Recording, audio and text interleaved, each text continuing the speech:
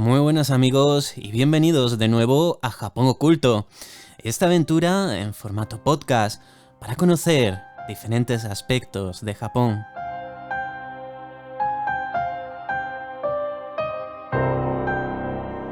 La semana pasada hablamos sobre cocina japonesa sagrada, sobre el origen de algunos platos japoneses y también sobre la influencia de la gastronomía japonesa en películas como El viaje de Chihiro.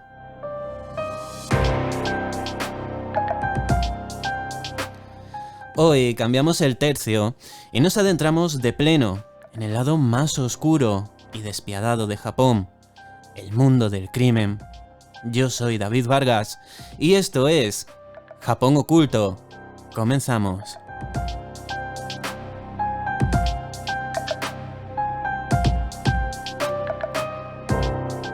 Por Instagram, por WhatsApp, la pregunta de esta semana: ¿crees que Japón es un país seguro? Esto habéis respondido.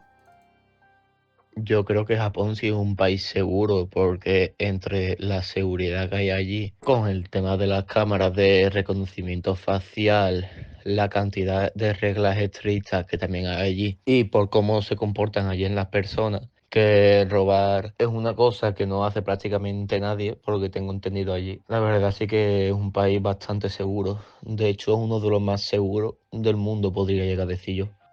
Hasta donde yo sé, las cámaras de reconocimiento facial son sobre todo en China, pero es una tecnología que no creo que tarde mucho en implantarse en todos los países, si es que no está ya implantada. Buenas, yo soy Carmen y pienso que Japón no es un país tan seguro como nos intentan enseñar en redes sociales, películas, televisión. ¿Por qué? Bueno, mi punto de vista es bastante feminista y pienso que es una sociedad un tanto misógina y con comportamientos pedófilos. Me explico. Tengo entendido que los teléfonos móviles allí se venden con el sonido del clic al hacer una foto ya por defecto y que suenan siempre, porque tengo entendido que en vagones de metro los hombres le hacían fotos a algunas chicas por debajo de la falda sin que se dieran cuenta. Entonces, en fin, hay como bastantes comportamientos más, la cultura de la pedofilia que hay con el tema de, bueno, lolis, como se llaman allí, me parece todo un tema bastante turbio. Entonces, la inmensa sexualización que hay a la mujer, infantilización también, en fin, no me voy a explayar mucho más. Y pues eso, ese es mi punto de vista. Un papel de la mujer en la sociedad japonesa que se ve totalmente subyugado al del hombre, pero desde la entrada del confucianismo en Japón. Porque antes, en un Japón que ya era arcaico, ¿no? En tiempos arcaicos, eran las mujeres chamanas las que gobernaban las aldeas, dada la importancia que se le concebía, que se le otorgaba a sus poderes mágicos.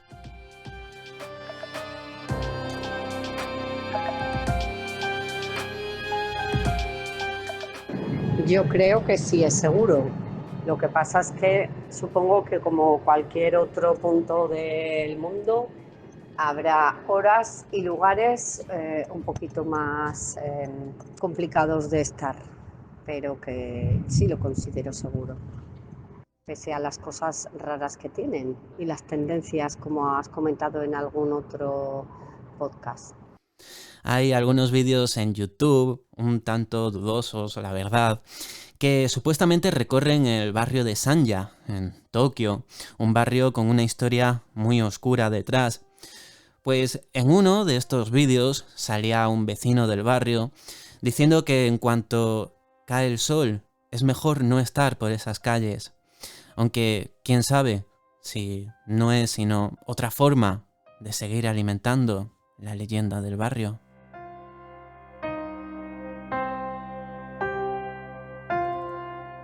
Pues en mi caso sí considero que Japón es un lugar seguro. Pues la verdad es que no lo sé porque no he ido nunca. Pero bueno, las personas que han ido, que conozco, pues les ha dado sensación de seguridad cuando han ido al país. Vamos, que lo han destacado, ¿no? Dentro de las cosas que te comentan. Y bueno, no sé, se suele decir que sí, ¿no? Que es uno de los países más seguros y tal. Pero bueno, si me pongo a pensar, pues, por ejemplo, Tokio es una de las ciudades más grandes del mundo, ¿no? Y a mí me cuesta pensar que todas sus partes sean seguras, ¿no? Porque, no sé, me cuesta pensar que hay un dominio tan grande de toda la ciudad como para eso, ¿no? Porque cuanto más grande una ciudad, normalmente más difícil es de gestionarlo, ¿no? Y se crean guetos, se crean barrios un poco más inseguros y no sé si es en el caso de Japón, ¿no? Quizá a lo mejor esa sensación de seguridad está en zonas más turísticas, ¿no? O en zonas rurales o así, pero bueno, si a lo mejor eres viajero y te gusta moverte libremente, por ejemplo, por Tokio, no sé, a mí me daría la sensación de que a lo mejor me voy a encontrar en algún sitio regular y no lo voy a saber, ¿no? Y luego también, pues, bueno, hay cosas que he leído, ¿no? O en redes o algo así sobre temas de acoso o, bueno, pues no sé, sucesos que te ocurren en el metro, ¿no? O cosas así. Y bueno, también como que Japón lo relaciono con que tienen muchos fetiches, ¿no? Y esas cosas. O por ejemplo con la yakuza o algo así. Y creo que bueno, que todo no es color de rosa. Y por ejemplo, viendo a canales como el de Japón Oculto, pues te hace darte cuenta de un lado de la sociedad, ¿no? Un poquito más oculta y que guarda como secretos, ¿no? Y bueno, que allí también hay crímenes y que hay muchas cosas, ¿no? Entonces, bueno, de forma general supongo que si vas de turista pues te da esa sensación, pero creo que hay un lado más desconocido, oculto, ¿no? Como en todas las ciudades o en todos los países, supongo, que bueno, que no es tan seguro. Quizás me equivoco, ¿no? Pero bueno, ya lo sabré si algún día voy. Bueno, me ha gustado mucho esa referencia a Proyecto Japón Oculto. Me alegro de que encuentres interesante el contenido que subo. Y como es un tema que tanto interés despierta, el del acoso en Japón, la última sección del episodio la vamos a dedicar a analizar este fenómeno.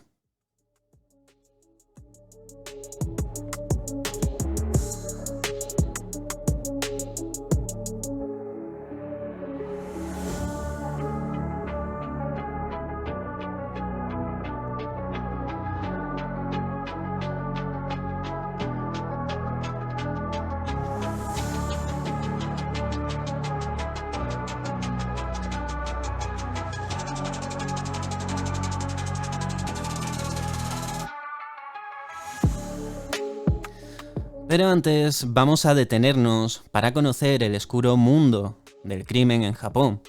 Un mundo sórdido, en torno al cual se han levantado muchos mitos.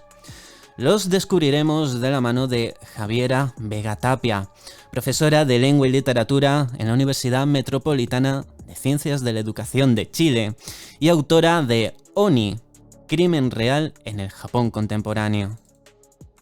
O sea, hay una cosa que hay que entender, de que los crímenes igual son un reflejo social de algo que está sucediendo. ¿Ya? Por lo tanto, igual van a haber cosas que son diferentes entre países y países. Pero también mi intención con el libro es demostrar de que hay crímenes que son generales, pero de la humanidad. Entonces, hay una cosa que siempre he tratado de ir en contra, es esa manera casi exótica de la que se habla de Japón, como si todos fueran, como incluso lo digo en el libro, criminales particularmente desviados, pero resulta de que hay casos que también uno los puede extrapolar, por ejemplo, a Estados Unidos o otros países. Entonces, claro, hay características que son muy propias de Japón, que solamente se pueden producir en Japón, pero también hay características que las podemos ver que ya son generales desde el punto de vista de la criminalística.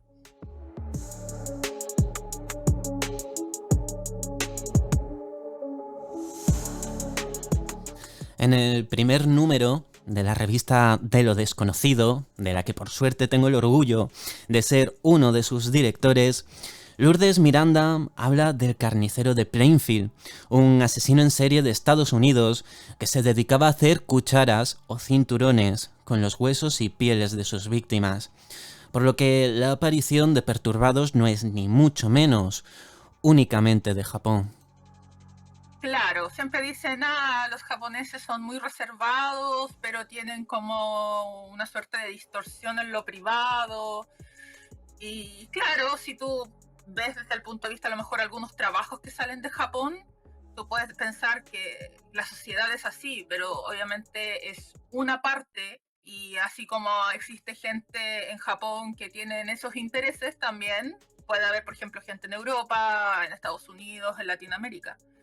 Entonces, yo creo que la idea es ver a Japón como no en blanco y negro, es una escala de grises.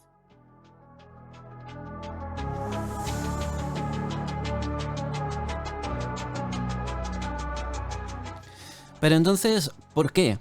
¿De dónde nos viene esa imagen de Japón como un país desviado? Mira, yo creo que tiene que ver primero el tipo de media que nos llega de Japón. Ya el anime, los mangas, obviamente, y también está esa concepción de que recién ahora la estamos perdiendo de que todo lo que es animado es para niños. Entonces, ahí hay una distorsión cognitiva casi de que como casi que los japoneses hacen cosas que no deberían hacerlo. Esa es una de las primeras cosas. Y lo otro es que también Japón tiene de por sí fenómenos sociales, quizás existen en otros países, pero aquí están como más pronunciados o se conocen más, de personas que se retraen de la sociedad. Ya, por el tema de por ejemplo, los hikikomori, personas que desaparecen de un día para otro, gente que gasta mucho dinero, por ejemplo, en el tema de los idols. Y obviamente ahí la gente, como no está acostumbrada a ver eso, lo encuentra extraño. Entonces, por eso digo que está esta imagen de todo lo que es extraño, pero no es que es diferente, pero no es raro. Ya, quizás se expresa de otras maneras en otros lugares, pero en Japón se expresa de esa manera. Hay cosas que nos pueden hacer ruido, que pueden ser diferentes, pero tampoco tenemos que llegar a ese extremo de decir, todo Japón es de esta manera. Yo veo muchas cosas de repente en internet que dicen, y que no son ciertas. Por ejemplo, que dicen, en Japón estacionan de esta manera para que la gente no tenga que caminar, y a lo mejor es una empresa que lo hace, pero no es algo generalizado. Hay muchos mitos. Mitos que se ven agravados por las redes sociales y el ansia de los influencers por conseguir visitas, pero también siendo víctimas de una idealización de Japón como un país diferente y único en el mundo. Y así, si Japón no es como nos lo cuentan, ¿de verdad es Japón un país tan seguro? Estadísticamente yo lo busqué, de hecho, y Japón sí es seguro, si se le compara con otros países. ¿Ya? Pero el hecho de que sea seguro no significa que el crimen sea inexistente. Y creo que eso también la gente suele tomarlo como un seguro totalmente, de que claro, seguro, sí, es mucho más seguro, no es por ejemplo como Latinoamérica u otros países, pero no significa que la gente sea toda buena y que no existan asesinatos ni crímenes horribles.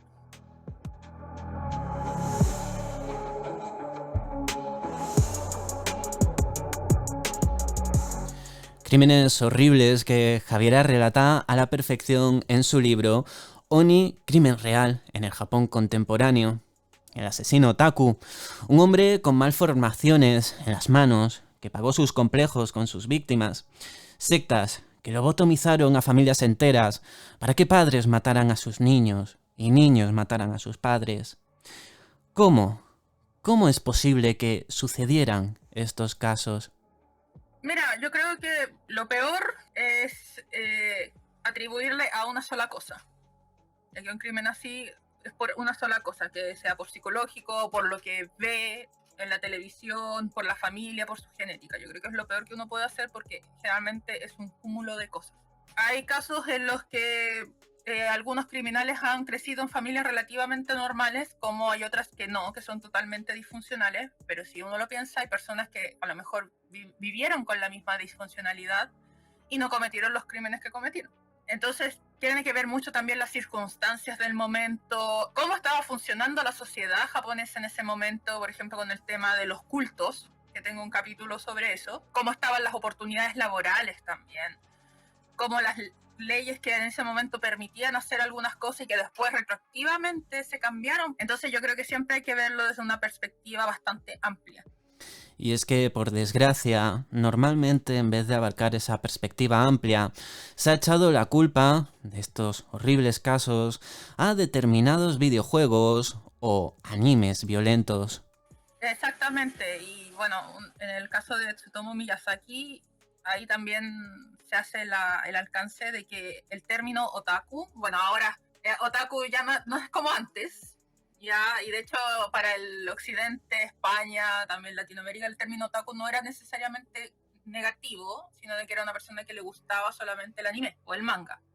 Pero en Japón el otaku es una persona que está tan obsesionada con sus hobbies que pierde ¿cómo se llama? El enfoque desde un punto de vista social.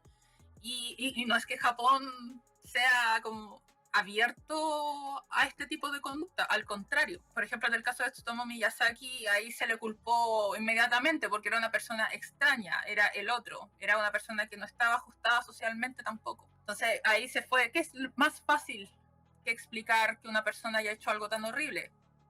Que vio una película, antes de hacerse toda una serie de preguntas que a lo mejor nunca van a obtener respuesta. Y es que si se analizaran las causas reales de estos incidentes, veríamos que Japón debería de realizar un examen de conciencia muy profundo. Exacto, y ahí es cuando entramos a las diferencias, por decirlo de alguna manera, las diferencias que son propias de Japón. Japón, eso sí, tiene por el tema también como socialmente piensa en el tema del colectivismo, de tratar de no incomodar al otro. Y por ejemplo, las enfermedades mentales se ven como todavía con mucho prejuicio, incluso ahora. Entonces, no incomodes, no molestes a los demás con tus problemas. Y eso es parte de cómo ellos viven. Entonces, claro, ahí son cosas propias de ellos, el tema de la soledad, el tema de los suicidios, el bullying. Tema también, por ejemplo, que tiene que ver con lo económico. Ya que hay personas que a lo mejor uno piensa de que Japón es un país muy rico y sí, puede ser de que haya más poder adquisitivo, pero igual existe estratos sociales más bajos y la gente también se olvida de eso.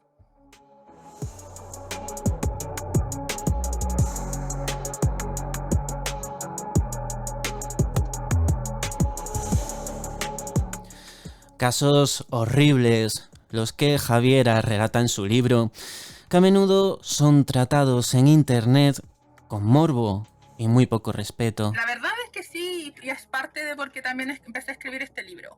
Porque me topaba muchas veces, bueno, no ocupo TikTok, pero ocupo Instagram con reels de personas hablando, por ejemplo, el caso de Junko Furuta. Y hablaban cosas que regurgitaban los mismos rumores que encontraban online, pero no se daban el trabajo de buscar, oye, ¿esto será verdad? Y obviamente cambia totalmente los matices del caso. Por ejemplo, me topaba con gente que decía que poco menos esto era una historia de amor que había salido mal porque uno de los chicos le había pedido salir. Y ahí entramos en lo insensible, porque aquí ya estamos metiendo cosas narrativas de una película, pero esto es un caso de una persona que sufrió muchísimo. Entonces yo creo que lo mínimo que se podía hacer era, por último, entrar a la Wikipedia por último y revisar, oye, ¿esto realmente fue? O busquemos un artículo, ¿es cierto? Antes de hablarlo como si fuera algo totalmente seguro. Son 15 casos los que Javiera investiga en el libro. ¿Cuáles de ellos son los que más han impactado a su autora? Mira, hay dos casos que tuve que tomarme una pequeña pausa escribiendo, porque me dieron rabia y me topé con información que en realidad tampoco la quería ver. El primero fue el de Seito Sakakibara, que es un chico, si no recuerdo mal, 14 años, que mató a dos menores de edad, una niña y una persona con discapacidad, un niñito. Fue muy cruel la manera en que, sobre todo como se ensañó en su última víctima, y el tema es de que tuve la oportunidad de leer la autobiografía de él, donde habla en detalle de los crímenes. Y lo habla de una manera muy desapegada, muy poco emotiva. Se desprende cierto arrepentimiento, pero uno entra a dudar. Y él ahora está libre y no, por temas legales, él a menor de edad no lo podían encerrar mucho tiempo. Y el segundo fue el de Issei Sagawa, que es el del caníbal de Kobe. Sin querer, investigando, me encontré con algunas fotos que se publicaron en algún momento en una revista y no fue algo muy agradable, eran bastante feas. Entonces, pero bueno, es bueno que me sienta mal, que sienta la empatía, porque si no sintiera esa empatía, no creo que me entraría a preocupar. Me estaría a preocupar. ¿Y por qué no me siento mal al ver esas cosas o leer esas cosas? Algo que me parece increíble es que en el caso del caníbal de Kobe, este se convirtiera en una auténtica celebrity en Japón. Hizo películas, hizo un manga, escribió libros. De hecho, escribió sobre el Seito Sakakibara, como dando su opinión experta. Y él quedó libre también, porque ahí hubo un tema ilegal en la extradición desde Francia a Japón y dicen, no estoy segura, que los papás igual intervinieron desde el punto de vista monetario. Porque los papás tenían mucho dinero. Y es que, por desgracia, siempre es lo mismo en todos los países. El que tiene dinero, de todo se libra. Al menos, mucho más fácilmente que alguien humilde.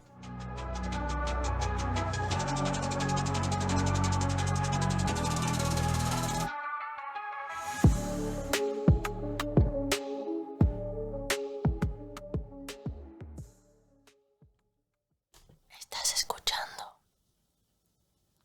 Japón Oculto.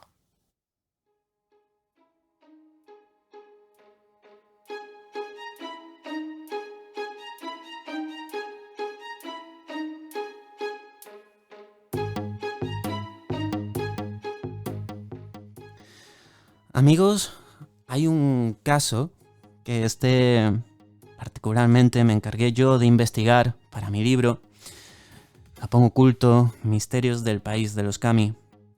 Un caso que en un principio es uno de esos que te crees que es una fake news, ¿no? Porque lo encuentras en sitios poco confiables, pero que al final, curiosamente, mientras investigaba más en profundidad para hacer el libro, acabé encontrando incluso los recortes de los periódicos en los que salió publicada la noticia.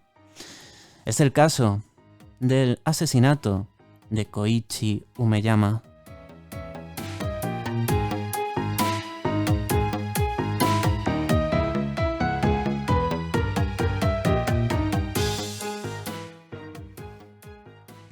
Un asesinato que la verdad es que pone los pelos de punta.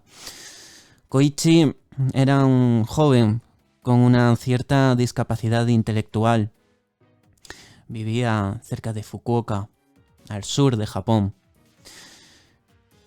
Su crimen, el motivo por el que lo asesinaron, fue no darle su coche a un chaval del barrio al que conocía desde pequeño, un chaval que sabía que Koichi tenía ciertos problemas intelectuales y que, pues se cruzó con él en el momento menos indicado.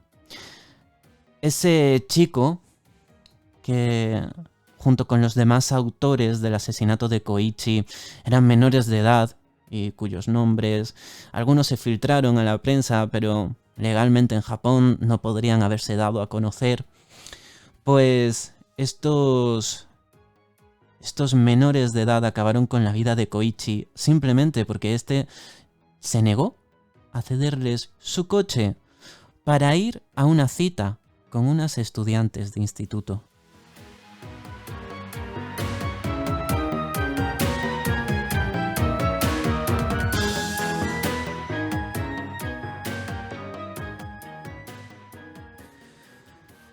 Al principio golpearon a Koichi, lo metieron en su propio coche una vez que le asaltaron, porque Koichi iba dentro de su coche, pero les abrió la puerta.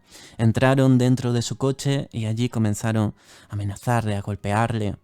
Del asiento del conductor lo lograron poner en los asientos de atrás y allí le siguieron golpeando.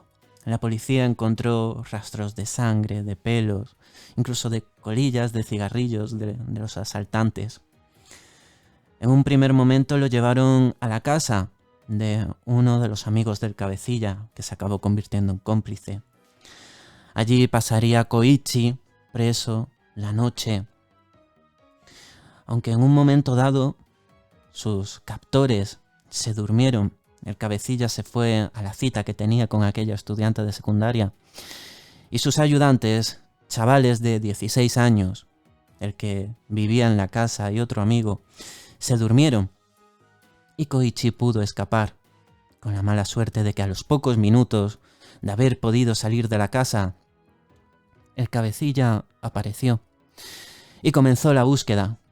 Y sabiendo de los problemas que tenía Koichi, de su discapacidad intelectual, sabían que no le pediría ayuda a nadie extraño, que no pararía ningún coche ni que iría a ninguna casa a pedir ayuda, sino que iría por callejones estrechos, oscuros, que se escondería, que estaría en completa soledad hasta llegar de nuevo a su propia casa, donde le esperaban su madre y su abuela, quienes le habían regalado ese coche para celebrar que había conseguido un empleo en una fábrica de la ciudad. Con la mala suerte de que se cruzó con este hombre, con este chaval, con este delincuente, que, sabiendo de los problemas de Koichi, ya le esperaban a pocas calles de su casa, donde le atraparon.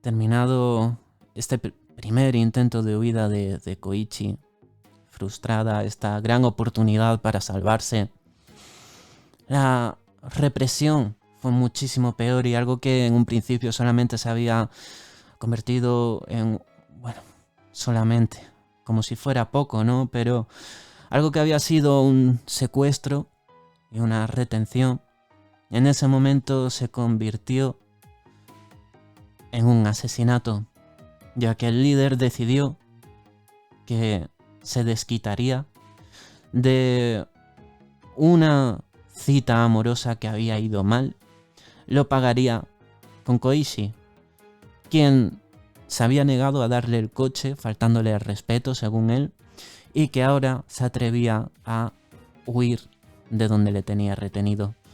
Es por eso que el líder, dos amigos y una chica que había mantenido una relación sentimental con el líder de esa banda, metieron a Koichi en el coche y lo llevaron hasta el puerto, donde comenzarían a propinarle una cruel paliza, incluso con barras de metal, con la intención de tirarlo del muelle al agua para que se ahogara y muriera.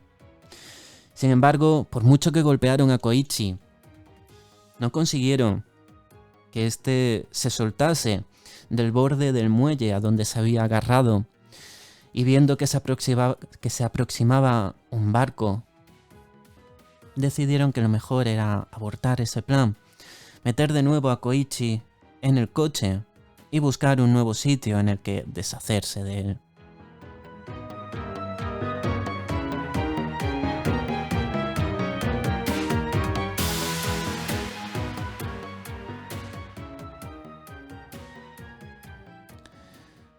Pasó el tiempo, fueron dando vueltas y decidieron que al final lo mejor sería deshacerse de ese pobre muchacho en un túnel que ya de por sí era poco transitado y que contaba con unas leyendas que decían que se trataba de un túnel embrujado, de un túnel maldito.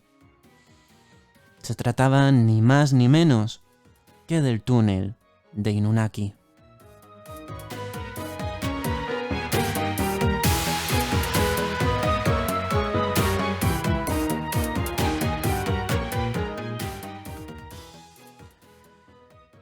Un túnel que, según la leyenda, daba acceso a la aldea maldita de Inunaki, una aldea en la que reinaba el canibalismo y el incesto, una aldea que es la aldea maldita más famosa de todo Japón y que tiene esta cruel historia en el trasfondo. Los ocupantes del coche fueron hacia aquel túnel, parando varias veces en varias gasolineras durante el trayecto para comprar gasolina y hacer bromas como si nada. De hecho, al dependiente de una de las tiendas le llamó la atención que comprara tanta gasolina, pero no le dijo nada a aquellos chavales, porque parecían que eran los típicos macarras que tanto se veían en aquellos años. Estamos hablando de 1988, pocos meses después del asesinato de Junko Furuta. Además, tenían la sangre fría como para intentar ligar y tirarle los tejos a una de las trabajadoras de la gasolinera. Estos delincuentes, esta banda, decidió que lo mejor que podían hacer era dividirse los trabajos que tenían que hacer para de esa forma, si los atrapaba la policía, pudieran optar a una condena menor. Así que la chica fue la que condujo el coche y decidió en qué sitio lo asesinarían. Otro se encargó de comprar la gasolina. Otro se encargó de prender una tela para que tuvieran una mecha con la que encender la gasolina. Y el líder se encargó de rociar a Koichi de gasolina y prenderle fuego.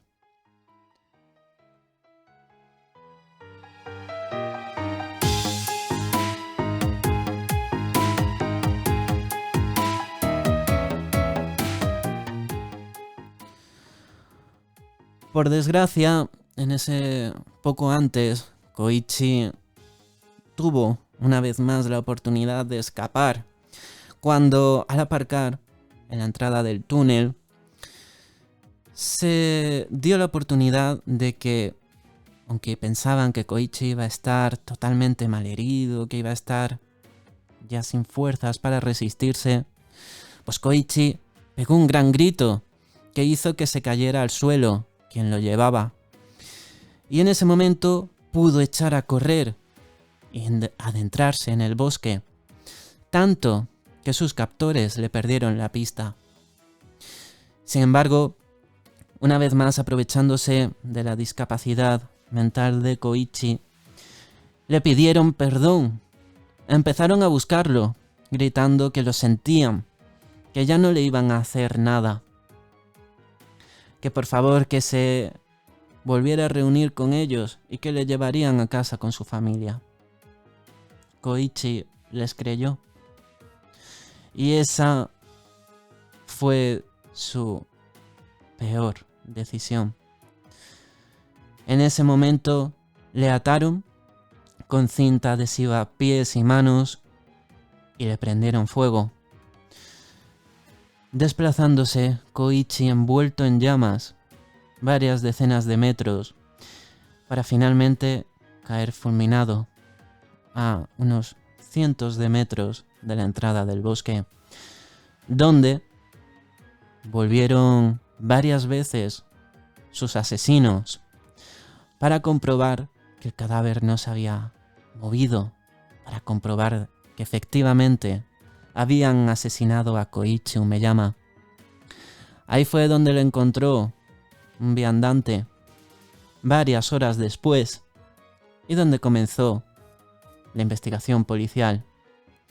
Cuando encontraron el coche de Koichi con las manchas de sangre, encontraron que no le faltaba nada de valor, supieron que se trataba de un asesinato. Encontraron a quienes habían realizado un acto tan deplorable y les encerraron en la cárcel. Pero al ser menores de edad, las condenas no pudieron ser muy grandes y a día de hoy se encuentran ya de nuevo libres. De hecho, desde hace mucho tiempo.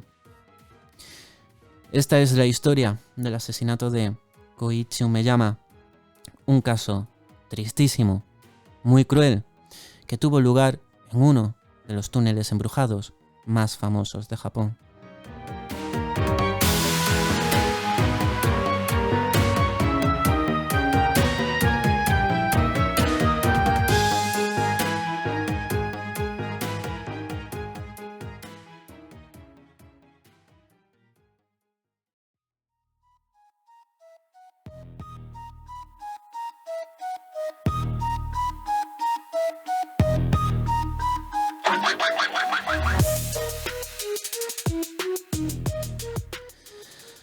Los asesinos de Koichi se dicen que estaban relacionados con bandas de moteros cercanas a la yakuza, la mafia japonesa.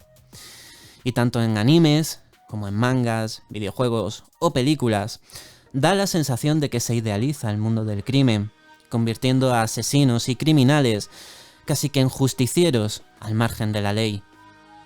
Animes como Tokyo Revengers son una muestra bastante clara de esto.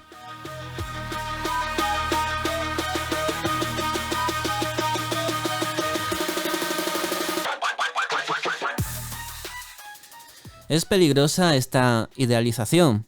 Nos lo cuenta Javier, divulgador sobre cultura japonesa, en la cuenta de Instagram Got Japan. A pesar de que estamos acostumbrados a la violencia en el cine o el anime, romantizar colectivos como la yakuza o los bosozoku puede ser peligroso si el espectador no cuenta con una educación o un círculo social estable. Normalmente, los valores que destacan en este tipo de productos son los de amistad inquebrantable, familia, protección, lealtad, dinero e incluso fama. Unos valores que pueden ser muy atractivos para aquellos jóvenes que puedan tener carencias en alguno de esos aspectos o que pueden ver atractivo este tipo de vida. Podemos tomar como ejemplo el fenómeno de los Toyoko Kids, jóvenes que se fugan de sus casas y encuentran en las mafias su forma de refugio y financiación, pero que acaban sumidos en espirales de deuda o de violencia de los que no pueden salir. Por esto mismo, hay que tener mucho cuidado al consumir este tipo de productos a edades tempranas, ya que, aunque hay algunos que muestran la cara más oscura, los animes de mafias suelen tener siempre un halo de heroicidad que no se corresponde con la realidad. Lamentablemente, en la vida real las puñaladas duelen y los héroes no existen.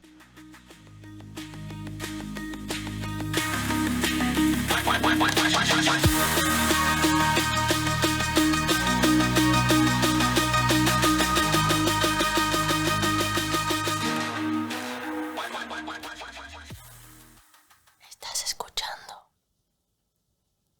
Japón Oculto.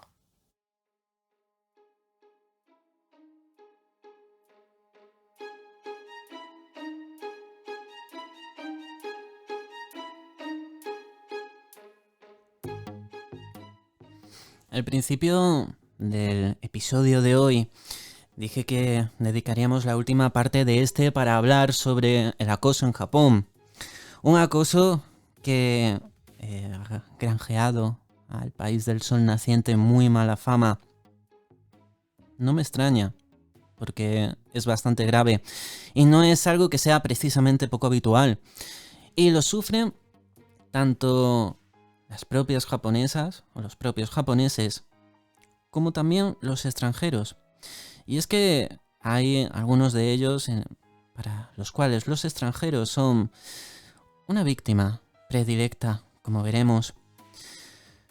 Dice una encuesta publicada por el gobierno japonés que 1 de cada 10 japoneses ha sufrido algún tipo de acoso sexual en un tren. Es lo que se conoce como chikan.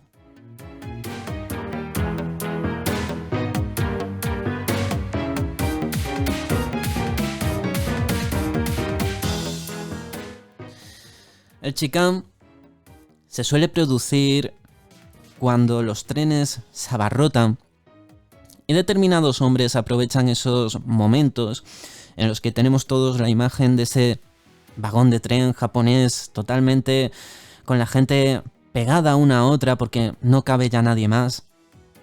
Pues es en ese momento cuando suelen actuar, cuando suelen acercarse normalmente a estudiantes que van a realizar sus exámenes y les realizan tocamientos o hacen de alguna forma que ellas se los realicen a ellos, ya sea cogiéndoles la mano o de cualquier otra forma. Incluso, como se decía al principio del capítulo, como lo decía Carmen, es bastante común en Japón que los teléfonos móviles vengan ya con ese sonido de fábrica al hacer una fotografía, para que en los trenes, si alguien le hace una foto a alguien, este sonido no pueda ser silenciado, para saber si le están haciendo una foto debajo de la falda.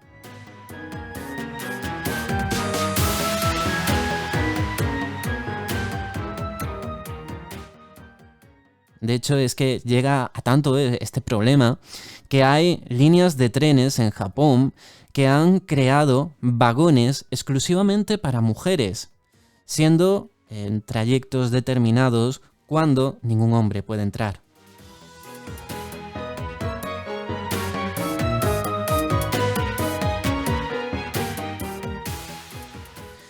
De esta forma buscan que así por lo menos en esos tramos las mujeres puedan ir tranquilas. Aunque también hay que decir que hay casos en los que ha habido mujeres que han acusado falsamente a hombres de realizar tocamientos, por lo que se produce a veces un fenómeno muy curioso, y es que los hombres en el metro, en los trenes, cuando hay mujeres cerca, se aseguran de llevar las dos manos colocadas en un lugar visible, para que así no puedan decirles de que han realizado ningún acto indecente.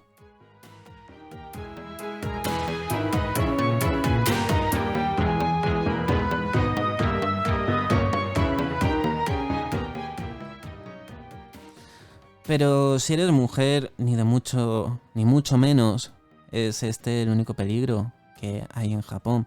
Hay una actividad bastante habitual, sobre todo en las calles por la noche, es el conocido Nampa, que consiste en el acoso por parte, normalmente de hombres, que van en grupo buscando chicas con las que salir de fiesta y se acercan a ellas y empiezan a, en cierta forma, a acosarlas para que les acompañen a tomar algo, y pueden llegar a ser bastante insistentes.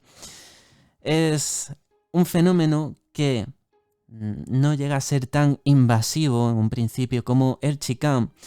Sin embargo, es enormemente molesto y dependiendo de la hora y del lugar, siempre puede acabar llegando a más.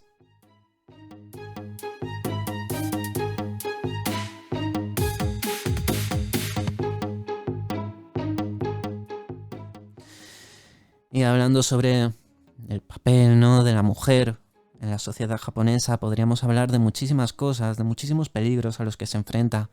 Como se decía al principio, ¿no?, del programa, la sexualización, de forma preocupante de las niñas, todo el fenómeno, ¿no?, que hay en torno a las mujeres, ¿no?, a la utilización de su cuerpo, algo que no es ni mucho menos único de Japón, sino que es de todo el mundo. Hablaba yo en algún vídeo en el canal del Papakatsu, ese servicio que tienen en Japón, ¿no?, para ofrecer, pues, la compañía, ¿no?, de quien se ofrezca, que puede ser incluso menores de edad, porque lo hace cada uno de forma independiente, sin ningún tipo de control, y que puede ir tanto desde alquilar un par de horas a esa persona para ir a ver una película, como para después pasar la noche juntos haciendo cualquier cosa. Algo que también, ¿no?, en cierta forma, pues se puede equiparar a fenómenos que tenemos en Occidente, pues como el OnlyFans. Pero, aparte de eso, sí hay un fenómeno preocupante en Japón. Es el de los acosadores. Normalmente que se dan contra las idols, pero que cualquier mujer puede ser víctima de ellas, ya sean japonesas o no. Hombres que se dedican a perseguir día y noche a estas mujeres, a robarles la ropa interior, a hacerles fotografías, a intentar entrar en sus casas. Y como digo, da igual si eres japonesa o si eres extranjera. De hecho, si eres extranjera, incluso puede ser peor, porque te encuentren más atractiva. Esto es lo que le pasó a unas compañeras de un amigo mío, que cuando fueron a Japón a vivir allí durante un año con una beca de estudios, la universidad tuvo que mudarlas de apartamento por el problema que tenían con un acoso. Así nos lo cuenta. Esto ocurrió ya hace 5 años, más o menos en la época de la pandemia, de hecho. Eran 4 chicas que estaban alojadas en un bajo de allí de Hikone, ¿no? Donde estábamos viviendo. Eran 2 chicas inglesas y 2 chicas españolas. Pues por lo visto, por la ventana, de vez en cuando, de asomarse a alguien o estar mirando. No asomarse, pero sí alguien miraba o llamaba a la puerta. Pero sí que también cuando volvían algunas, pues quedaba alguien mirando. Que no. Y en una ocasión lo que ocasionó un momento en el que tuvieron ya que mudarse y se fueron a vivir ya en donde estábamos los chicos alojados. No en el mismo piso, pero sí fueron como vecinas. Y lo que ocasionó esto fue que quiero recordar que dio un paso como más adelante. Creo que recordar que llegó a intentar entrar en algún momento y bueno, y eso lo asustó lo suficiente, como es normal, como para hablar con la universidad que administraba un poco los lugares de residencia, cambiaron de residencia.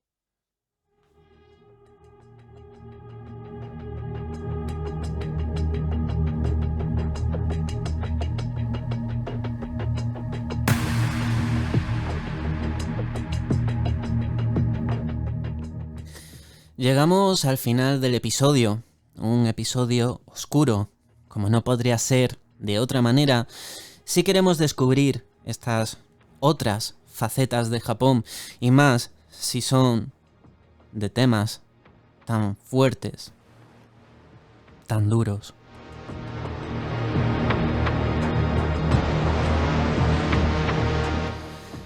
Yo creo que hay que tener cuidado siempre. Vayas a donde vayas, ya sea el país más seguro del mundo o no, porque nunca sabes cuándo te va a tocar, nunca sabes quién se sienta al lado tuya, por muy seguro que sea un país. Al final el ser humano está en todas partes y en todas partes se enfrenta a los mismos problemas, en todas partes las cabezas pueden fallar igual y pueden dar lugar a asesinos de la calaña como los que hemos visto en el capítulo de hoy. Además, aunque no sean asesinos, aunque no sea gente de este tipo, nunca se sabe dónde puede ocurrir un accidente, una desgracia. Japón es un país, pero un país que en el fondo es como cualquier otro. Es seguro, claro, pero ocurren cosas. Y quien viaje allí, que lo sepa. Y que tenga cuidado y sobre todo que tenga mucho respeto. Esa es también una de las claves para poder viajar seguro a todas partes. El que viaja no es dueño del lugar al que viaja, es un invitado. Y los invitados deben de tratar las cosas con respeto porque los propios que viven allí lo hacen. Amigos, nos vemos la semana que viene. Yo soy David Vargas y esto es Japón Oculto. Hasta la próxima.